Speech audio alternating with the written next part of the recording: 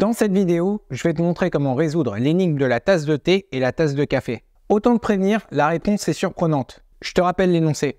J'ai une énigme tordue pour les fans de cuisine. Supposez que vous avez deux tasses identiques, l'une remplie avec du café et l'une remplie avec la même quantité mais en thé. Sachant qu'au début, il y a la même quantité dans chaque tasse. Vous prenez une cuillère de thé que vous mettez dans la tasse de café, puis une fois bien mélangé, vous prenez une cuillère de café que vous mettez dans la tasse de thé. La question est la suivante. Y a-t-il plus de thé dans la tasse de café ou y a-t-il plus de café dans la tasse de thé?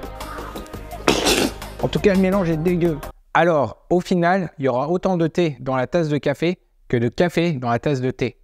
Supposons qu'on a une tasse de thé et une tasse de café de 250 ml. On verse avec notre cuillère 100 ml de thé dans la tasse de café. On n'a donc plus que 150 ml de thé dans la première tasse. Mais dans la seconde tasse, on a maintenant 250 ml de café et 100 ml de thé. Maintenant, on va faire le contraire. On verse 100 ml de la seconde tasse dans la première tasse. Ici, supposons qu'on ait 25 ml de thé et 75 ml de café dans notre cuillère. Au final, on a dans la première tasse 75 ml de café et 175 ml de thé.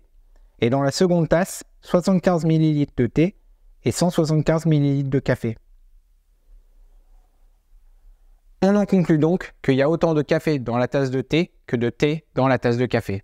On a supposé qu'on avait dans la cuillère 25 ml de thé et 75 ml de café. Mais on pourrait changer ces nombres et la conclusion serait toujours la même. Par exemple, on peut essayer avec 50 ml de thé et 50 ml de café dans la cuillère.